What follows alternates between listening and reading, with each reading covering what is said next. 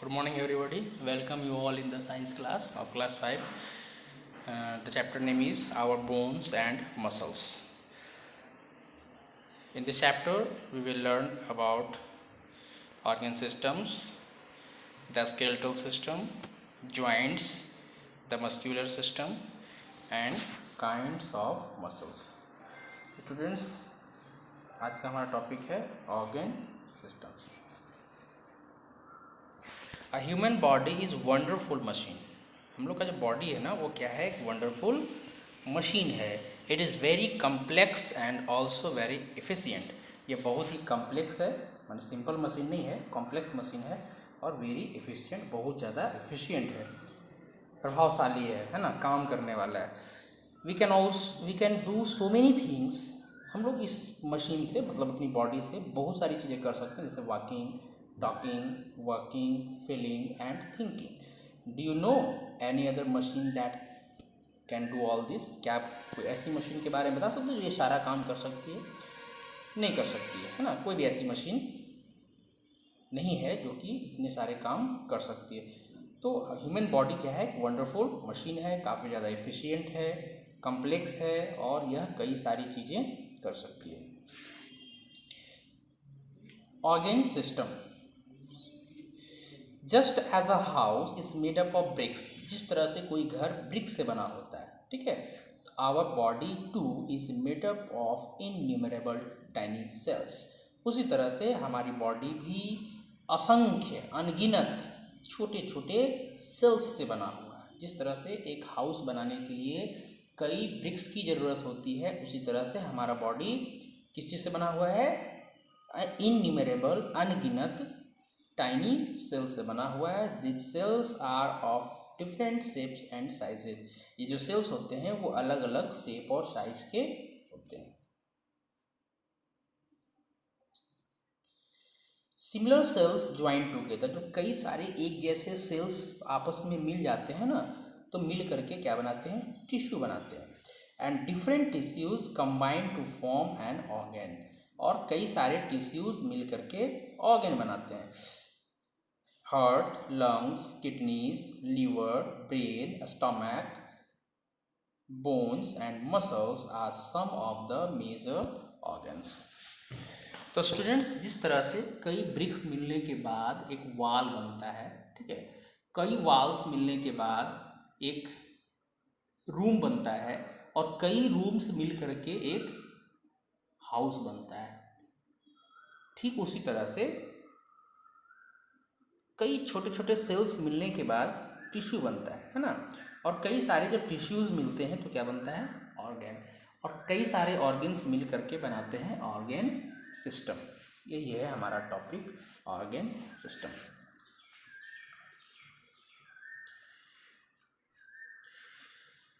Similar cells join together to form a tissue. Similar cells जब मिलते हैं तो क्या बनता है? टिश्यू बनता है.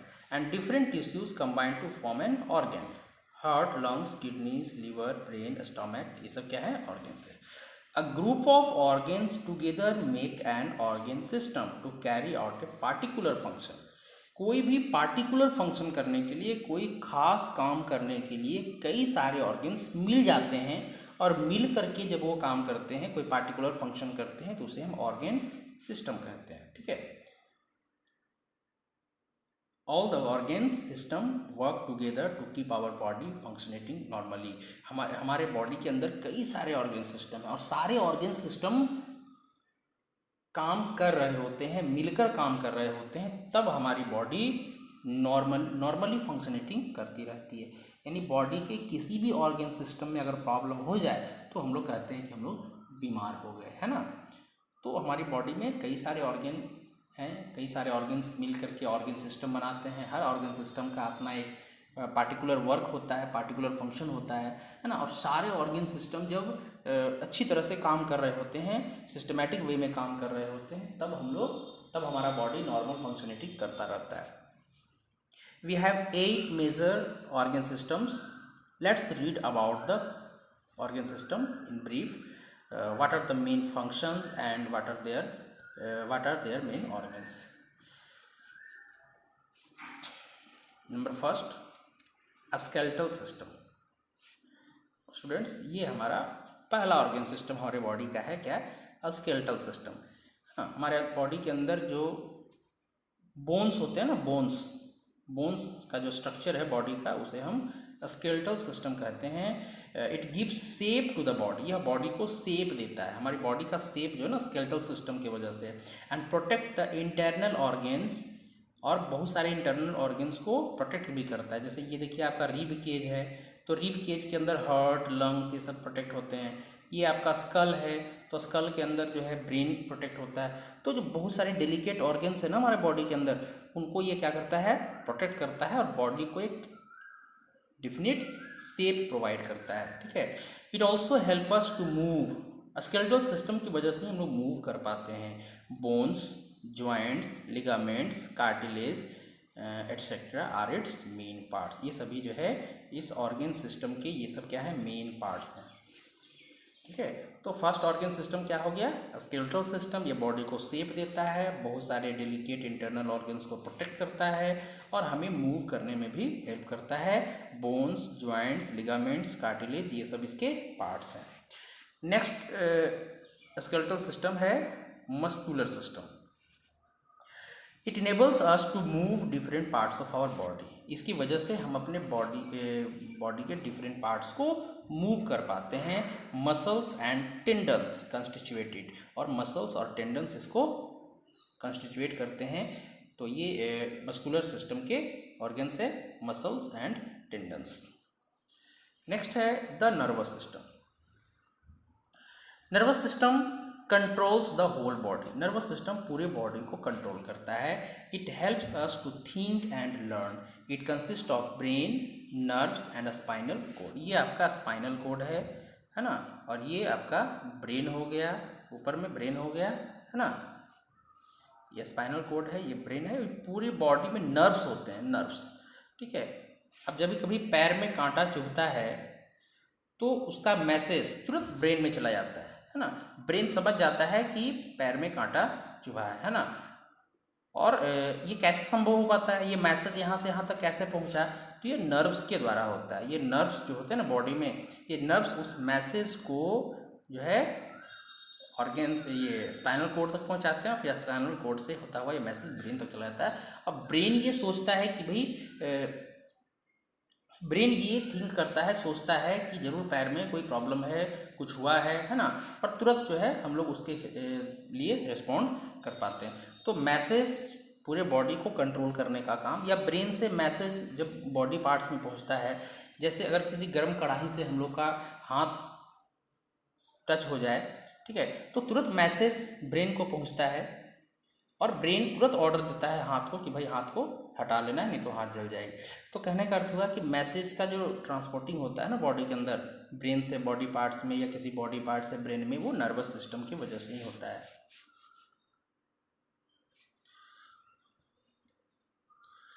नेक्स्ट ऑर्गन सिस्टम है respiratory system. It help us to breathe. Respiratory system जो है हमें सांस लेने में हेल्प करता है। The exchange of oxygen and carbon dioxide gases take place in lungs. जब हम लोग सांस में ऑक्सीजन लेते हैं और वो ऑक्सीजन कहाँ जाता है? लंग्स में जाता है। ठीक है। जब हम लोग सांस में ऑक्सीजन लेते हैं तो वो लंग्स में जाता है, और लंग्स से फिर ब्लड में चला जाता है, और वो ऑक्सीजन ब्लड्स के द्वारा पूरे बॉडी में मूव करता है। ठीक है। और जो कार्बन डाइऑक्साइड है वो वापस जो है ये लंग्स में आता है, और फिर वहाँ से बाहर आ जाता है। तो इसका काम क्या है एक्चुअली रेस्पिरेटरी सिस्टम का? ये हमें ब्रीद लेने में हेल्प करता है, मतलब ऑक्सीजन को अंदर लाना और फिर कार्बन डाइऑक्साइड को बाहर निकालना। ये काम किसका है?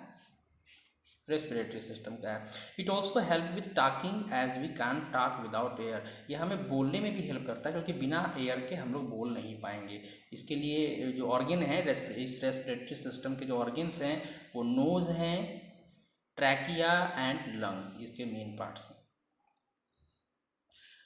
तो रेस्पिरेटरी सिस्टम का मेन फंक्शन क्या हुआ?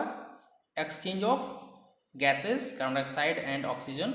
ऑक्सीजन को इन करना और फिर कार्बन डाइऑक्साइड को आउट करना। ये काम किसका होता है? रेस्पिरेटरी सिस्टम का होता है ना। इसमें नोज, ट्रैकिया और लंग्स, ये सारे पार्ट्स आते हैं। इसके बाद आपका नेक्स्ट है digestive system.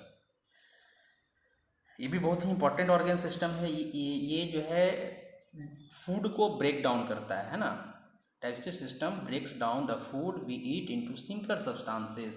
Digestive system food को, जो फूड हम लोग खाते हैं ना, उस फूड को ये ब्रेक डाउन करता है, छोटे छोटे टुकड़ों में बांटता है। It separates nutrients from the vast material. और जो फूड हम लोग लेते हैं उससे न्यूट्रिएंट्स को और वास्ट मटेरियल को अलग करता है। ठीक है, वास्ट मटेरियल जो होता है ना वो बाहर निकाल दिया जाता है और न्यूट्रिएंट्स बॉडी एब्जॉर्ब कर लेता है। ठीक है, it also help to get rid of solid waste. जो वास्ट मटेरियल है ना, जब हम लोग खाना खाते हैं तो जो वास्ट मटेरियल है, जो फेसेस है, मल है, उसको बॉडी से बाहर निकालने में भी डाइजेस्टिव सिस्टम का ही रोल होता है। और इसके अंदर जो न्यूट्रिएंट्स होते हैं फूड में, उस फूड को पूरे बॉडी में डिस्ट्रीब्यूट करने का काम भी डाइजेस्टिव सिस्टम का है।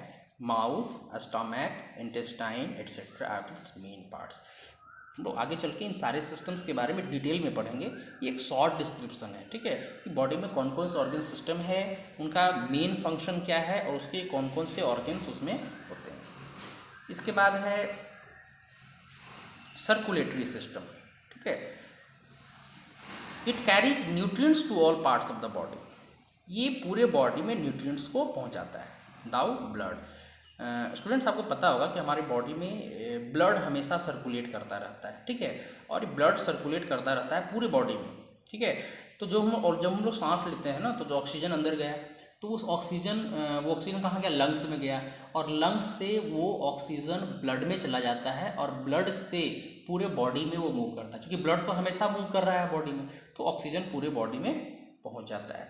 और जो वास्ट मटेरियल है कार्बन डाइऑक्साइड, उसको वापस ब्लड ही लेकर के आता है लंग्स में, और वहाँ से वो बाहर निकाल दिया जाता है। तो सर्कुलेटरी सिस्टम का काम क्या है? ये ब्लड के द्वारा, सर्कुलेटरी सिस्टम ब्लड के द्वारा जो है पूरे बॉडी में न्यूट्रिएंट्स को पहुंचाता है। It also help to collect waste material to be excreted. यह वास्ट मटेरियल को भी कलेक्ट करता है ताकि उसको एक्सट्रेट किया जा सके, बॉडी से बाहर भेजा जा सके। This system also help us to fight disease. ये सर्कुलेटरी सिस्टम हमें डिजीज से भी फाइट करने में हेल्प करता है। Heart, blood and blood vessels are its main parts. इसके मेन पार्ट्स हैं हार्ट, ब्लड, और ये जो ब्लड वेसल्स है ना, जो पूरे बॉडी में फैले हुए ट्यूब की तरह, उसे हम ब्लड वेसल्स कहते हैं। ठीक है, नेक्स्ट ऑर्गन सिस्टम है आपका एक्सक्रेटरी सिस्टम।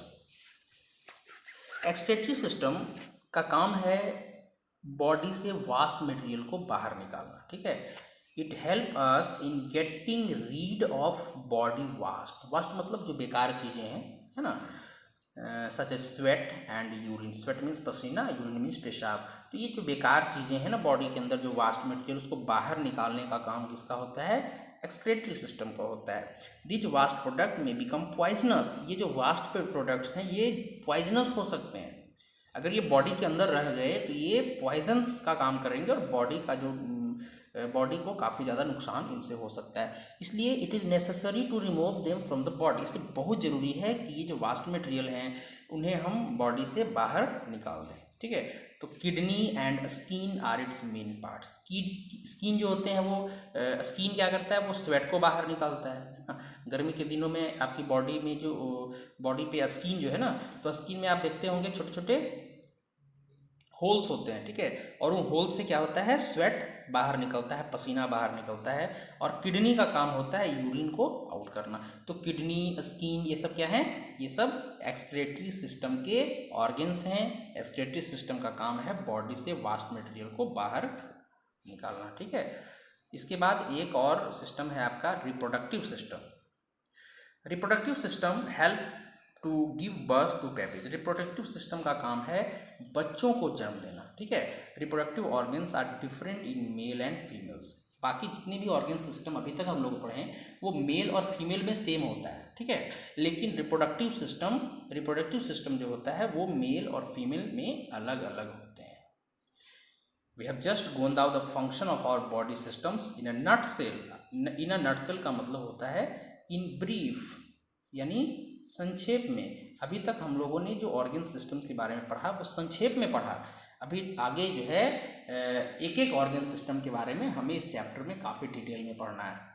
ओके स्टूडेंट्स, आज के लिए इतना ही। आप जितने भी ऑर्गन सिस्टम बॉडी के अंदर हैं आप उनको रिमेंबर कर लीजिएगा, उनका फंक्शन और के मेन ऑर्गन्स। ठीक है, नोटबुक पे आप इसको नोट कीजिएगा, डिफरेंट ऑर्गन सिस्टम और एक एक ऑर्गन सिस्टम का फंक्शन और उसके मेन ऑर्गन्स, और इनको नोट करने के बाद आप उन्हें अच्छी तरह से रिमेंबर कीजिएगा।